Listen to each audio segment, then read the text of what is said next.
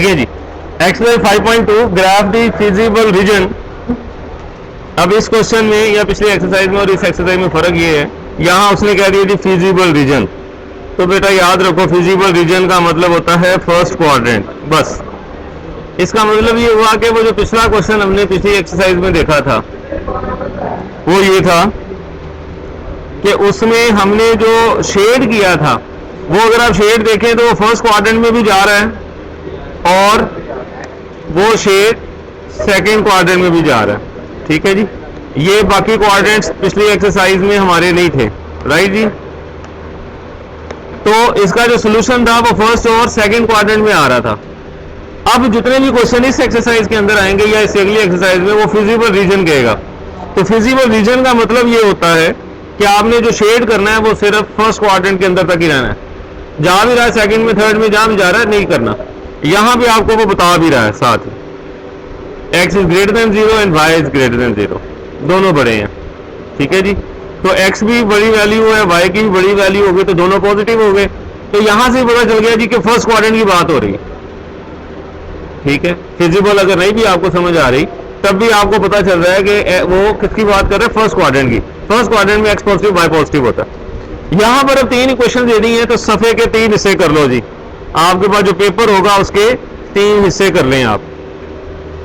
सबसे पहला स्टेप तो वही है, it's associated equation is, it's associated equation is, इसकी एसोसिएटेड इक्वेशन है x plus 3y is equal to 15।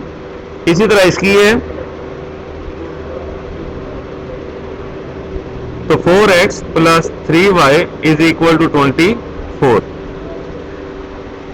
अब यहां से हम x इंटरसेप्ट निकालते हैं।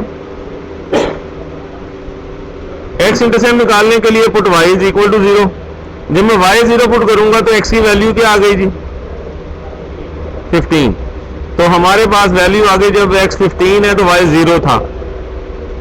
y इंटरसेप्ट निकालते हैं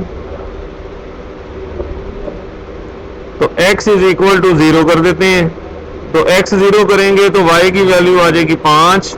तो हमारे पास पॉइंट आ गया, जब x 0 था तो y 5 आया था जी। सिमिलरली यहां पर एक अहम पॉइंट आखिरी जो होता है वो होता है एट 0,0। तो वो जो ओरिजिनल इक्वेशन होती है उसमें हमने ये वैल्यू पुट करनी होती है। तो 0,0 में जब पुट करूंगा this implies that 0 plus 0 is less than equal to 15। तो ये तो बात ट्रू हो गई। इसका मतलब इस लाइन का शेड ओरिजिन की तरफ होगा, जो भी इसका ग्राफ बनेगा उसको शेड ओरिजिन की तरफ करना है, चूंकि ट्रू आंसर आया। फॉल्स का मतलब होता है उसके ऑपोजिट शेड करना है।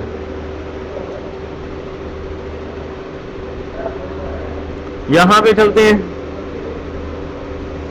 तो सबसे पहले x intercept put y is equal to 0, तो 2x इज इक्वल टू 12। तो this implies that x is equal to 6। तो हमारे पास पॉइंट x 6 आया जब y 0 था। y इंटरसेप्ट के लिए x is equal to 0, x 0 put किया तो y इज इक्वल टू 12 आ गया। This implies that 0 and 12।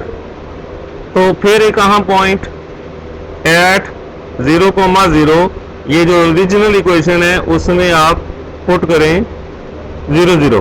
तो 0 plus 0 is less than equal to 12, ये भी ट्रू आ गया। 0 प्लस 0 12 से छोटा होता है। Next x intercept put y is equal to 0, y 0 put करेंगे तो x is equal to 6। This implies that 6 and 0। फिर y इंटरसेप्ट के लिए put x is equal to 0, तो हमारे पास पॉइंट आ गया x 0 करेंगे तो y इज इक्वल टू 8। तो दिस इंप्लाइज दैट 0 एंड 8। फिर अहम पॉइंट हमारे पास आ गया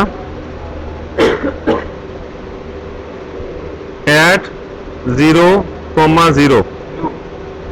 तो 0,0 पुट किया तो 0 plus 0 is less than equal to 24, ये भी ट्रू आ गया।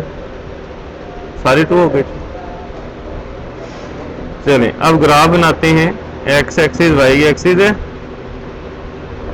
हमारे पास जो ग्राफ चल रहा है वो बड़ी वैल्यू देखो कहाँ से कहाँ तक चल रही है जी 12। मेरे पास x की वैल्यू 12 आ रही है सबसे बड़ी, और y मेरे पास x जो है सबसे बड़ा आ रहा है 6। जितने भी पॉइंट्स हैं ना, इन सब पॉइंट्स को गौर से देख लो। ये मैं सर्कल कर रहा हूँ रेड कलर में। सबसे बड़ा पॉइंट 5 है, और सॉरी 15 है, और ये 6 आ रहा है। यहाँ पे y 12 आ रहा है। ये मेरे पास सबसे बड़ा नंबर है। यहाँ मेरे पास x सबसे बड़ा नंबर है। चलिए, मेरे पास बड़े नंबर आ गए। x की वैल्यू 15 तक जा रही है और y की वैल्यू 12 तक जा रही है। तो हम करेंगे क्या कि इसका स्केल अपनी मर्जी से ले लेंगे ना। तो हम 3 का डिफरेंस ले लेते हैं। ये मेरे पास पहला 3 होगा, फिर आ जाएगा 6, फिर 9, 12 एंड 15। इसको भी हम 3 के साथ ले लेते हैं। 3, 6 एंड 9, 12, 15, 18। राइट जी। तो ग्राफ बनाना आसान हो जाएगा। हमें समझना है कि हमने उसके अंदर अंदर रहना है। 1, 2, 3। अब यहाँ हमारे पास जगह कम है तो मैंने स्केल बड़ा कर लिया। पहला पॉइंट देखते हैं। यहाँ पे आ जाए पहली लाइन के ऊपर 15,0। तो 15,0 ये पॉइंट आ गया जी पहला 15,0। फिर है 0,5। 0 पर 5 यहाँ पे कहीं होगा हमारे पास 0,5। तो यहां से हमने एक लाइन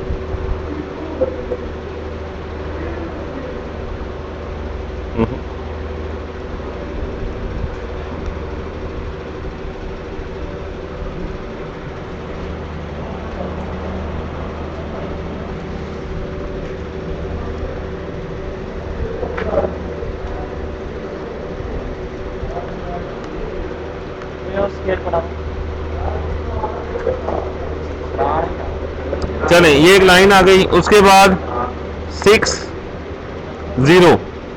ये 6 है और ये 0 हो गया, और 0 एंड 12, 0 एंड 12।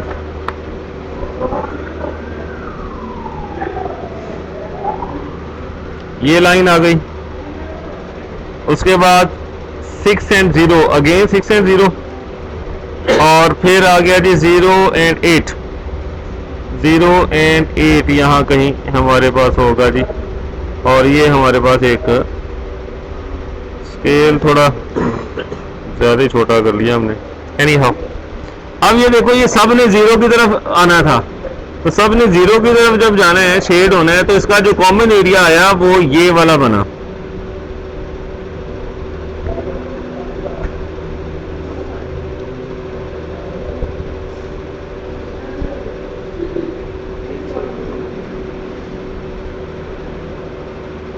ले जी, ये हमारा आंसर है जी।